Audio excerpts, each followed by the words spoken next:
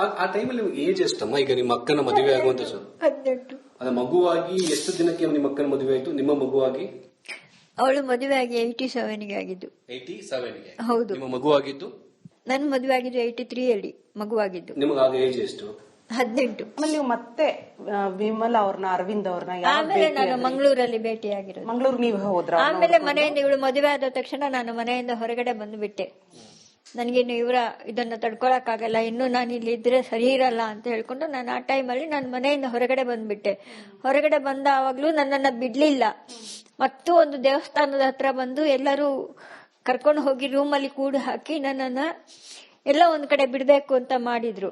ಏನಕ್ಕೆ ನಿಮ್ಮ ಮನೆಯವರೆಲ್ಲ ನಿಮ್ ಬಗ್ಗೆ ಅಷ್ಟು ಕೋಪ ಅವರಿಗೆ? ಯಾಕೆ ನಿಮ್ಮನ್ನ? ನಾನು ಯಾರ್ಯಾರನ್ನ ನನ್ನ ಮನೆಯಲ್ಲಿ ಹೇಳೋದಾದ್ರೆ ನನ್ನ ಅಕ್ಕ, ಎರಡನೆಯ ಅಕ್ಕ ನಮ್ಮ ತಂದೆಯ ಅಕ್ಕನ ಮನೆಯಲ್ಲಿದ್ರು. ನಮ್ಮ ತಂದೆಯ ಅಕ್ಕನ ಮನೆಯಲ್ಲಿ ಅವಳು 7 ವರ್ಷ ಅಲ್ಲಿ ಕೆಲಸ ಮಾಡ್ಕೊಂಡು ಸ್ಕೂಲಿಗೆ ಹೋಗ್ಕೊಂಡು ಇದ್ಲು. ಅವಳು ಮದುವೆ ಆಗ್ಬೇಕಾಗಿದ್ರೆ ನಮ್ಮ ತಾಯಿ ತೀರಿ ಹೋಗಿ 1 ವರ್ಷದಲ್ಲಿ ಮದುವೆ ಮಾಡ್ಬೇಕು ಅಂತ ಮದುವೆ ಮಾಡಿದ್ರು. ಆವಾಗ ನಮ್ಮ ತಂದೆಯ ಅಕ್ಕನ ಗಂಡ, ನಮ್ಮ ತಂದೆ ಹೇಳಿದ್ರಂತೆ, ನನ್ನ ಮಕ್ಕಳಲ್ಲಿ ನಿನ್ನ ಮನೆಗೆ ಇನ್ನೊಂದು ಮಗಳನ್ನ ನಾನು ಕಳಿಸಿ ಕೊಡ್ತೀನಿ ಅಂತ. ಈ ಮಹಾಬಲ ಮಧ್ಯಸ್ಥನ ಹೆಂಡತಿ ಅವ್ರ ಮನೆಗೆ ಹೋಗ್ಲಿಕ್ಕೆ ಒಪ್ಲಿಲ್ಲ. ಅದಾದ್ಮೇಲೆ ಅಲ್ಲಿಂದ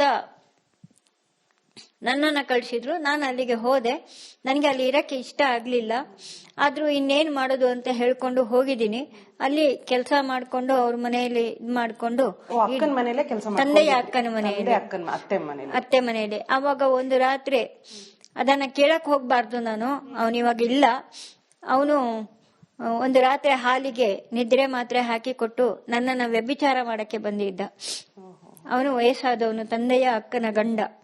ಇದನ್ನ ನಾನು ಸಾರ್ವಜನಿಕವಾಗಿ ನಮ್ಮ ಫ್ಯಾಮಿಲಿಯಲ್ಲಿ ಹೇಳಿದ್ದಕ್ಕೆ ನನ್ನನ್ನು ತುಂಬಾ ಟಾರ್ಚರ್ ಕೊಟ್ಟು ಬಿಟ್ಟು, ನೀನ್ ಇದನ್ನೆಲ್ಲ ಇದು ಮಾಡಬಾರ್ದು, ದೌರ್ಜನ್ಯ ಮಾಡಕ್ ಬಂದಿದ್ದು ಅಂತ ಹೇಳಿದಕ್ಕೆ ಅದಕ್ಕೆ ನಿಮ್ಮ ಮನೆಯವರೆಲ್ಲ ನಿಮ್ಮನ್ನ ವಿರೋಧ ಮಾಡ್ತಾ ಇದ್ರು. ಅಲ್ಲಮ್ಮ, ಇವಾಗ ನೀವು ಮಗುನ ನಿಮ್ ಮನೆಯವ್ರು ನದಿಗೆ ಹಾಕ್ಬಿಟ್ರು, ಅದನ್ನ ಅರವಿಂದ್ ವಿಮಲ್ ಅವರು ತಕೊಂಡೋದ್ರು. ಆ ಟೈಮಲ್ಲಿ ನಿಮ್ಮ ಯಜಮಾನ್ರು ಅನಿಲ್ ಭಟ್ ಅವ್ರು ಎಲ್ಲಿದ್ರು? ಅವ್ರು ಮಂಗಳೂರಲ್ಲಿದ್ರು. ಅವ್ರ ಮಗು ನೋಡಕ್ ಬರ್ಲೇ ಇಲ್ವಾ? ಬರ್ಲಿಲ್ಲ. ಅವ್ರು ದೂರನೇ ಇದ್ರು. ನಾನು ಮನೆಯಿಂದ ಹೊರಗಡೆ ಇರ್ಲಿಲ್ವಲ್ಲ, ನಾನು ಮನೆಯಲ್ಲಿ ಇದ್ನಲ್ವಾ, ನೋಡಕ್ಕೆ ಬಿಡ್ಲಿಲ್ಲ. ಅವ್ರನ್ನು ಬಿಡ್ಲಿಲ್ವ ಅವರು? ಈಗ ಇದಾರ ಅನಿಲ್ ಭಟ್ ಅವರು? ಇಲ್ಲ, ಅವ್ರು ಸತ್ತು ಹೋಗಿದ್ದಾರೆ. ಕೆಲಸ ಮಾಡ್ತಾ ಇದ್ರು? ಅವ್ರು ಇಂಜಿನಿಯರ್ ಆಗಿದ್ರು. ಇಲ್ಲಿ ಮಂಗಳೂರಲ್ಲೇ. ಓಹೋ. ಆಮೇಲೆ ಮಗು, ನೀವು ಅರವಿಂದ್ ವಿಮಲ ಮಗು ತಗೊಂಡ್ ಹೋದ್ರು. ಮತ್ತೆ ನೀವು ಅರವಿಂದ್ ವಿಮಲ ಅವರನ್ನ ಯಾವಾಗ ಮೀಟ್ ಮಾಡಿದ್ರಿ? ಮತ್ತೆ ನನಗ್ ಮಗು ತೋರ್ಸು, ನನ್ ಮಗಳನ್ನ ತೋರ್ಸು. ಇಲ್ಲ, ಅವರೇ ನನ್ನನ್ನ ಕರೆದ್ರ. ಅವರೇ ನನ್ನನ್ನ ಕರೆದಿದ್ದು ಅಂತ ಹೇಳಿದ್ರೆ, ನಾನು ಕಾರ್ಡ್ ಮೂಲಕ ಅವರಿಗೆ ಅವ್ರ ಅಡ್ರೆಸ್ ಕೊಟ್ಟಿದ್ರು. ಲೆಟರ್ ಬರ್ದಿದ್ರ? ಲೆಟರ್ ಬರಿತಾ ಇದ್ದೆ. ಅವಾಗ ಕಾರ್ಡ್ ಇಲ್ಲ, ಒಂದು ಇದ್ರದ್ದು ಕಾರ್ಡ್ ಇರುತ್ತಲ್ಲ, ಇಂಗ್ಲೆಂಡ್ ಲೆಟರ್ ಅಲ್ಲಿ ನಾನು ಲೆಟರ್ ಬರಿತಾ ಇದ್ದೆ.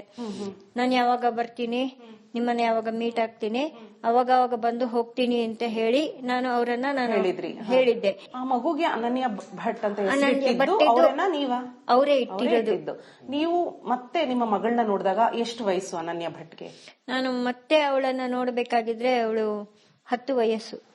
ವಿಮಲ ಅವರು ಹೇಳಿದ್ರ ನಿನ್ನ ತಾಯಿ ಸುಜಾತ ಭಟ್ ಅಂತ ನಿಮ್ಮ ಅನನ್ಯ ಭಟ್ಗೆ ಹೇಳಿದ್ರು? ನೀವು ಫಸ್ಟ್ ನೋಡಿದಾಗ ಅವಳು 10 ವರ್ಷ. ಮೊದಲ ಭೇಟಿ ಅನನ್ಯ ಭಟ್ ಮತ್ತೆ ನೀವು ಒಬ್ಬ ತಾಯಿ ಮಗಳು ಭೇಟಿ ಆದಾಗ ಹೇಗಿತ್ತು? ಎಷ್ಟು ಎಮೋಷನಲ್ ಆಗಿದ್ರಿ? ತುಂಬಾ ಕರುಳಿನ ಕೂಗು ಅವಳಿಗೆ ಕೇಳಿದೆ. ಅವಳು ನನ್ನನ್ನು ತಬ್ಬಿಕೊಂಡು ಅಮ್ಮ ಅಂತ ಕರೆದು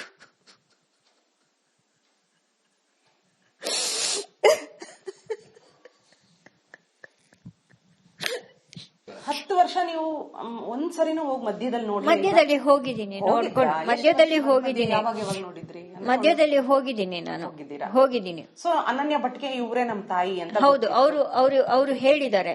ಅವಳಿಗೆ ಒಂದು ಇದು ಬಂದಾಗ, ಬುದ್ಧಿ ಬಂದವಾಗ, ನಿಮ್ಮ ಅಮ್ಮ ಅಪ್ಪ ನಾನಲ್ಲ, ನಿಮ್ಮ ಅಮ್ಮ ಅಪ್ಪನನ್ನ ಹೇಳಿರ್ಲಿಲ್ಲ, ಅವ್ರಿಗೆ ಅಪ್ಪ ಯಾರು ಅಂತ ಗೊತ್ತಿರ್ಲಿಲ್ಲ, ಅಮ್ಮ ಹೀಗಿದ್ದಾರೆ, ಅವರು ನಿನ್ನನ್ನು ಅವಾಗವಾಗ ಬಂದು ನೋಡ್ಕೊಂಡು ಹೋಗ್ತಾರೆ, ಇಲ್ಲ ಒಂದು ಇನ್ಲೈನ್ ಲೆಟರ್ ಅಲ್ಲಿ ಒಂದು ಲೆಟರ್ ಹಾಕ್ತಾರೆ, ಪತ್ರ ಬರೀತಾರೆ, ನೀನು ಅದನ್ನ ನನಗೆ ಹಾಕಿದ್ರು ನೀನು ಅದನ್ನ ಓದು, ಒಂದು ಒಳ್ಳೆ ರೀತಿಯ ಸಂದೇಶ ಇದೆ ನಿನ್ಗೂ ಇದರಿಂದ ಅಂತ ಹೇಳಿ ಅವರು ಹೇಳಿದ್ರಂತೆ. ಸೊ ಮಧ್ಯದಲ್ಲೆಲ್ಲ ಮಗಳನ್ನ ನೋಡಿದ್ರಿ ನೀವು? ನೋಡಿದೀನಿ. ಅವಳಿಗೆ 10ನೇ ವಯಸ್ಸಾದಾಗ ಮತ್ತೊಂದ್ಸತಿ ಮತ್ತೊಂದ್ಸಲ ಹೋಗಿ ನೋಡಿ ಏನ್ ಮಾಡಿದ್ರಿ? ಆಮೇಲೆ ವಾಪಸ್ ಬಂದ್ಬಿಟ್ರಾ? ನಾನು ವಾಪಸ್ ಬಂದೆ. ನಾನು ಅಲ್ಲಲ್ಲಿ ಕೆಲಸ ಮಾಡ್ಕೊಂಡು ಹೋಗ್ತಾ ಇದ್ದೆ. ನಾನು ಒಂದು ಫ್ಯಾಕ್ಟರಿಯಲ್ಲಿ ಕೆಲಸ ಮಾಡ್ತಾ ಇದ್ದೆ ಮಂಗಳೂರಲ್ಲಿ. ಆಮೇಲೆ ಒಂದು ಮನೆ ಇದರಲ್ಲಿ ಒಬ್ಬರನ್ನ ವಯಸ್ಸಾದವರನ್ನ ನೋಡ್ಕೊಳ್ತಾ ಇದ್ದೆ ಕೇರ್ ಟೇಕರ್ ಆಗಿ. ಹೀಗೆ ಅಲ್ಲಿ ಇಲ್ಲಿ ಕೆಲಸ ಮಾಡ್ಕೊಂಡು ಇದ್ದೆ ನಾನು. ಯಾಕಂದ್ರೆ ಮತ್ತೆ ನೀವು ಮದ್ವೆ ಮಾಡ್ಕೊಳ್ಳೇ ಇಲ್ಲ? ಮಧ್ಯೆ ಯಾರನ್ನು ನಾನು ಮದುವೆ ಮಾಡ್ಕೊಂಡಿಲ್ಲ. ಸೊ 10 ವರ್ಷ ಆದ್ಮೇಲೆ ಅನನ್ಯ ಭಟ್ನ ನೋಡಿದ್ರಿ. ಮತ್ತೆ ನೀವು ಅನನ್ಯ ಭಟ್ ನೋಡಿದಾಗ ಯಾವಾಗ ನೋಡಿದ್ದು? ಅವಳು 7th ಸ್ಟ್ಯಾಂಡರ್ಡ್ ಆದ್ಮೇಲೆ ಮತ್ತೆ ನೋಡಿದ್ದು. ಅಲ್ಲೇ ಮಂಗಳೂರು ಇವ್ರ ಜೊತೆ ವಿಮಲಾ ಜೊತೆನೆ ಇದ್ರ? ಹೌದು, ಅವ್ರ ಜೊತೆಗೆ ಮಂಗಳೂರಲ್ಲೇ ಇದ್ರು. ಏನು ಎಷ್ಟು ಓದಿದ್ಲು ಅನನ್ಯ ಭಟ್? ಅವಾಗ 7th. ಯಾವ ಸ್ಕೂಲಲ್ಲಿ ಓದ್ತಾ ಇದ್ರು? 7th ಅಂದ್ರೆ ಮಂಗಳೂರಲ್ಲಿ ಯಾವ ಸ್ಕೂಲಲ್ಲಿ ಓದ್ತಾ ಇದ್ರು? ಯಾಕಂದ್ರೆ ಪ್ರಶ್ನೆಗಳು ಬರ್ತಾ ಇರೋ ಕಾರಣಕ್ಕಾಗಿ ಯಾವ ಸ್ಕೂಲಲ್ಲಿ ಓದ್ತಾ ಇದ್ರು 7th ಅಲ್ಲಿ? 7th ಅಲ್ಲಿ ಅವ್ರು ಯಾವ ಸ್ಕೂಲಿಗೆ ಹಾಕಿದ್ದಾರೆ ಅನ್ನೋದು ನನಗೆ ಅಷ್ಟು ಗೊತ್ತಿಲ್ಲ. ಅವರೇ ಎಲ್ಲ ನೋಡ್ಕೊಂತಾ ಇದ್ದಿದ್ದು. ನಾನು ಓದಿಸಿದ್ರು ಅನನ್ಯ ಭಟ್ ಅವರು 7th ತನಕ ಓದಿಸಿದ್ದಾರೆ. 8th 9th 10th 11th 12th ನಾನು ಕೋಲ್ಕತ್ತಾದಲ್ಲಿ ಓದಿಸಿದ್ದು. ನೀವು ಕೋಲ್ಕತ್ತಾ ಕರ್ಕೊಂಡು ಹೋಗ್ಬಿಟ್ರ ಅನನ್ಯ ಭಟ್ನ? ಕರ್ಕೊಂಡು ಹೋಗಕ್ಕೂ ಒಂದು ಕಾರಣ ಇದೆ. ಇಲ್ಲಿ ನನ್ನ ಈ ರೀತಿ ಟಾರ್ಚರ್ಗಳಾಗ್ತವೆ, ಇಲ್ಲಿ ಇನ್ನು ಇರೋದೇ ಬೇಡ, ಇವ್ರಿಗೆ ಯಾರಿಗೂ ನನ್ನ ಮಗಳು ಇದ್ದಾಳೆ ಅನ್ನುವಂಥದ್ದು ಯಾರಿಗೂ ಇದಾಗೋದು ಬೇಡ, ಗೊತ್ತಾಗೋದು ಬೇಡ ಅಂತ ಹೇಳ್ಕೊಂಡು ನಾನು ಒಬ್ಬ ಶೇಟು ಮನೆಗೆ ಹೋಗಿದ್ದೆ. ಅಂದ್ರೆ ಅನನ್ಯ ಭಟ್ ಕರ್ಕೊಂಡು ಶೇಟು ಮನೆಗೆ ಕೋಲ್ಕತ್ತಾಕ್ಕೆ ಹೋಗ್ತಿದ್ದೀನಿ ಅಂದ್ರೆ ಒಬ್ಬರು ಶೇಟು, ಅವ್ರು ತುಂಬಾ ರಿಚೆಸ್ಟ್ ಫ್ಯಾಮಿಲಿ. ಆ ಶೇಟು ನನ್ನನ್ನ ಒಂದು ಅಕ್ಕ ತಂಗಿಯರ ತರ ನೋಡ್ಕೊಂಡು, ನಿಮ್ಮ ಮಗುವನ್ನ ನಾನು ನೋಡ್ಕೊಳ್ತೀನಿ, ನಿಮ್ಮ ಮಗಳನ್ನ ನೀವೇನು ಯೋಚನೆ ಮಾಡಬೇಡಿ ಅಂತ ಹೇಳಿ ಆ ಶೇಟು ಒಂದು ಔಟ್ ಹೌಸ್ ಅಲ್ಲಿ ಇದು ಮಾಡ್ಕೊಂಡು, ಅವ್ರ ಫ್ಯಾಮಿಲಿ ನನ್ನನ್ನು ಒಂದು ಔಟ್ ಹೌಸ್ ತರ ಒಂದು ಮನೆ, ಸಣ್ಣ ಮನೆ ತರ ಇದು ಮಾಡ್ಕೊಂಡು ನೋಡ್ಕೊಂಡಿದ್ರು. ಅಲ್ಲೇ ಇದ್ದೆ, ಹಾಗೆ ಬಂದು ಹೋಗ್ತಾ ಇದ್ದೆ. ಅನನ್ಯ ಭಟ್ ಕೋಲ್ಕತ್ತಾದಲ್ಲಿ ನಿಮ್ ಜೊತೆ ಇದ್ರು? 8, 9, 10ನೇ ಕ್ಲಾಸ್ ಕೋಲ್ಕತ್ತಾದಲ್ಲೇ ಓದ್ತಾರೆ. ಆಮೇಲೆ 11, 12 ಅಲ್ಲೇ ಓದ್ತಾರೆ. ನಾನು ಓದಿಸ್ಲಿಲ್ಲ, ಆ ಶೇಟುವೆ ಓದಿಸಿದ್ರ? ಈ ಕೋಲ್ಕತ್ತಾದಲ್ಲಿ ಯಾವ ಏರಿಯಾದಲ್ಲಿ ಇದ್ರಿ? ಯಾವ ಸ್ಕೂಲಲ್ಲಿ ಮಗು ಓದ್ತಾ ಇದೆ? ಯಾಕಂದ್ರೆ ಒಂದೇ ಸ್ಕೂಲಲ್ಲಿ ಓದಿದ ಅಥವಾ ಡಿಫ್ರೆಂಟ್ ಸ್ಕೂಲಲ್ಲಿ? ಡಿಫ್ರೆಂಟ್ ಸ್ಕೂಲಲ್ಲಿ. ಅದು ನನಗೆ ಅಷ್ಟು ನೆನಪಿಲ್ಲ. ಅವರು ಹಾಕಿರೋದು ಸ್ಕೂಲಿಗೆ ಎಲ್ಲ ಶೇಟು ಅವರು.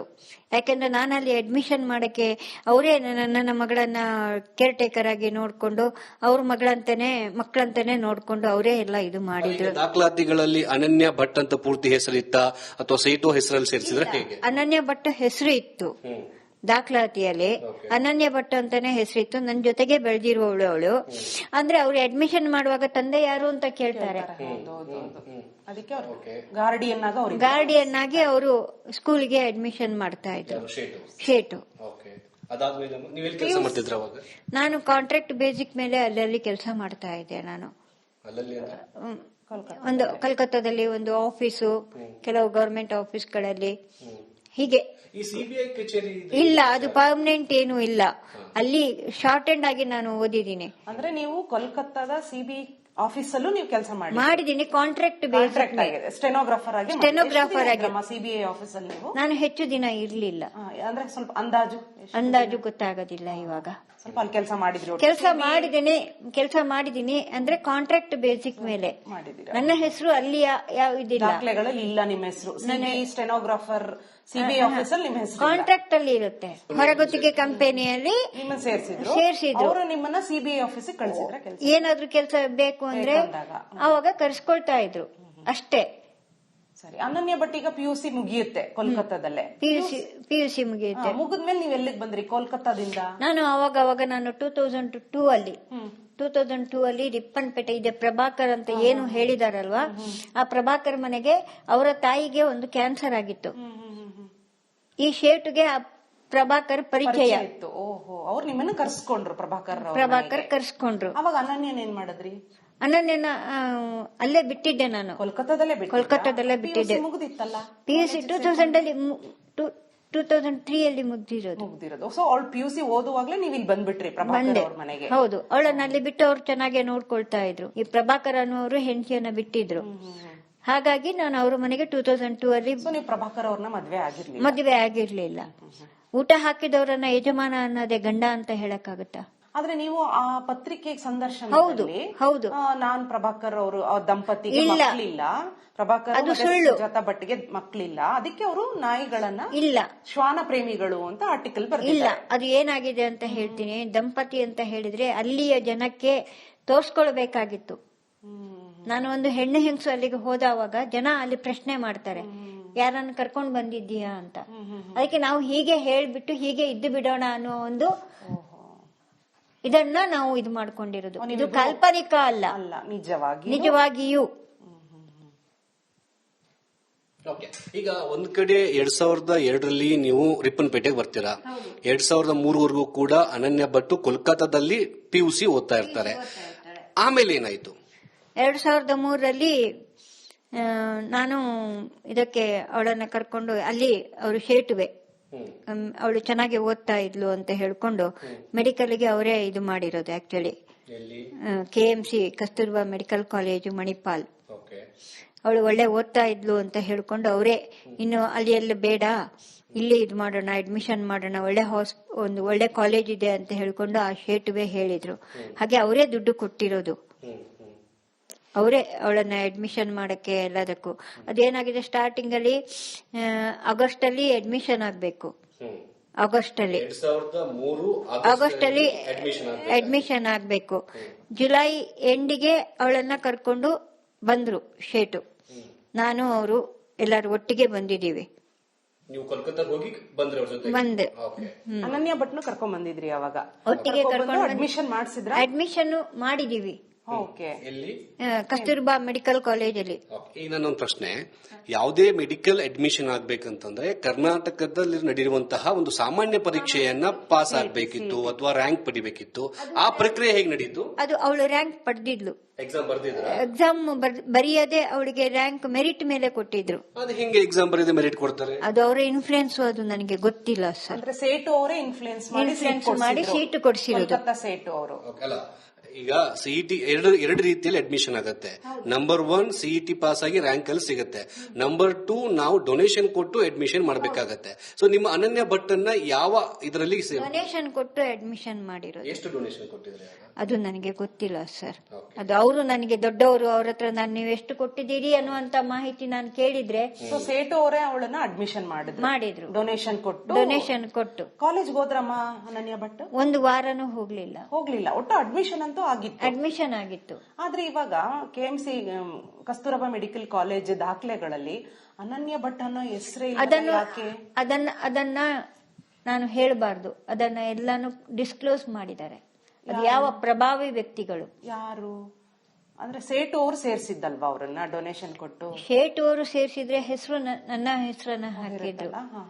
ಸೊ ಆ ಕಾಲೇಜ್ ದಾಖಲೆಗಳಲ್ಲಿ ಏನೂ ಇಲ್ಲ, ಹೆಸರೇ ತೆಗೆದು ಬಿಟ್ಟಿದ್ದಾರೆ. ಹೆಸರನ್ನೇ ತೆಗೆದು ಬಿಟ್ಟಿದ್ದಾರೆ. ಯಾರ ಹೆಸರು ತೆಗೆದಿದ್ದಾರೆ ಅಂತ ನಿಮಗೆ ಗೊತ್ತು? ಅದು ನಾನು ವ್ಯಕ್ತಪಡಿಸಕ್ಕೆ ಆಗಲ್ಲ, ಯಾಕಂದ್ರೆ ಅದನ್ನು ಹೇಳ್ತೀನಿ ಕೇಳಿ ಮೇಡಮ್. ಅವಳು ಜಾಯಿನ್ ಆಗಿದ್ದಾಳೆ ಅಷ್ಟೇ, ಇನ್ನು ಮೆಡಿಕಲ್ಗೆ. ಅವಳ ಫ್ರೆಂಡ್ ಸರ್ಕಲ್ ಒಂದು ನಮ್ ಶೇಟು ಅವರೇ, ಆ ಶೇಟು ಯಾರಿದ್ದಾರೆ ಅವರೇ ಒಂದು ಮನೆ ಮಾಡಿ ಕೊಟ್ಟಿದ್ರು ಮಣಿಪಾಲಲ್ಲಿ. ಮನೆ ಅಂತ ಹೇಳಿದ್ರೆ ಒಂದು 5-6 ಜನ ಇರುವ ಹಾಗೆ, ಒಬ್ಳೇ ಇರಕ್ಕಾಗಲ್ಲ, ಹೆಂಗ್ ಹುಡುಗಿಯರು. ಹಾಗೆ ಆ ಫ್ರೆಂಡ್ ಸರ್ಕಲ್ಗೆ, ಆ ಮನೆಗೆ ಒಂದು 5-6 ಜನ ಸೇರ್ಕೊಂಡು ಒಂದು ಮನೆ ಮಾಡಿರೋದು. ಆ ಮನೆಯಲ್ಲಿ ಇವರು ಒಟ್ಟಿಗೆ ಸೇರ್ಕೊಂಡು ಇದ್ರು. ಅಲ್ಲಿಂದ ಹೋಗ್ಬೇಕಾಗಿದ್ರೆ ಇನ್ನು 1 ವಾರ ಆಗಿಲ್ಲ. ನನಗೆ ಏನ್ ಹೇಳಿದ್ಲು, ಅಮ್ಮ ನಾನು ಧರ್ಮಸ್ಥಳಕ್ಕೆ ಹೋಗ್ಬೇಕು. ಯಾವಾಗ ಹೇಳಿದ್ದು ನಿಮ್ಗೆ? ನಾನು ಗೊತ್ತಾ ನಿಮ್ಗೆ? 2003 ನೀವ್ ಅವಾಗ ಕೋಲ್ಕತ್ತಾದಲ್ಲಿದ್ರ? ನಾನು ವಾಪಸ್ ಹೋಗಿದ್ದೆ ಇವಳನ್ನ ಬಿಟ್ಟು ಬಟ್ಟೆ ಎಲ್ಲ ತರಬೇಕು. ಕೋಲ್ಕತ್ತಾಗೆ ಹೋಗಿದ್ರಿ? ಕೋಲ್ಕತ್ತಾಕ್ಕೆ ಹೋಗಿದ್ದೆ. ರಿಪ್ಪನ್ಪೇಟೆಯಲ್ಲಿ ಇದ್ರಲ್ವಾ ಪ್ರಭಾಕರ್ ಅವ್ರ ಜೊತೆ? ಅದು 3 ಜನವರಿಯಲ್ಲಿ. ಇದು ಆಗಸ್ಟ್ ಅಲ್ಲಿ. ಸೊ ನೀವ್ ಅವಾಗ ಪ್ರಭಾಕರ್ ಅವ್ರನ್ನ ಬಿಟ್ಟಿದ್ರಿ? ಪ್ರಭಾಕರ್ ಅವ್ರಿಂದ ಬಿಟ್ಬಿಟ್ಟಿದ್ರಿ ನೀವ್ ಅವಾಗ?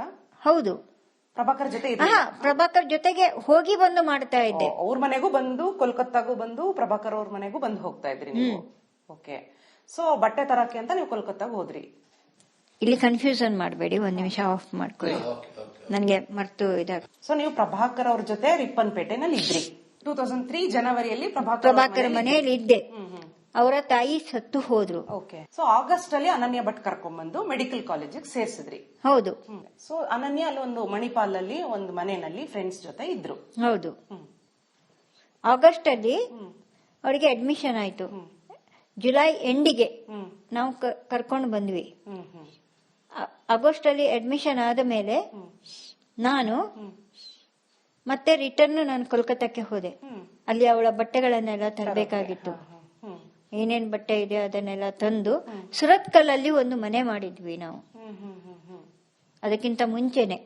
ನೀವು ಪ್ರಭಾಕರ್ ಅವರು? ಪ್ರಭಾಕರ್ ಮಾಡಿಲ್ಲ, ನೀವು ಅನನ್ಯ.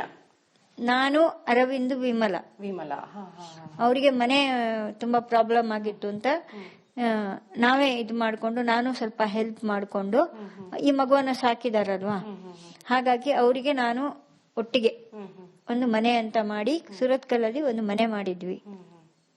ಅವ್ರು ನನ್ನ ಮಗಳನ್ನ ನೋಡ್ಕೊಂಡಿದ್ದಾರೆ ಅನ್ನೋ ಒಂದು ಹಿತದೃಷ್ಟಿಯಿಂದ. ಸೊ ಸೂರತ್ಕಲ್ಲಲ್ಲಿ ಇದ್ರಿ ನೀವು? ಹೌದು.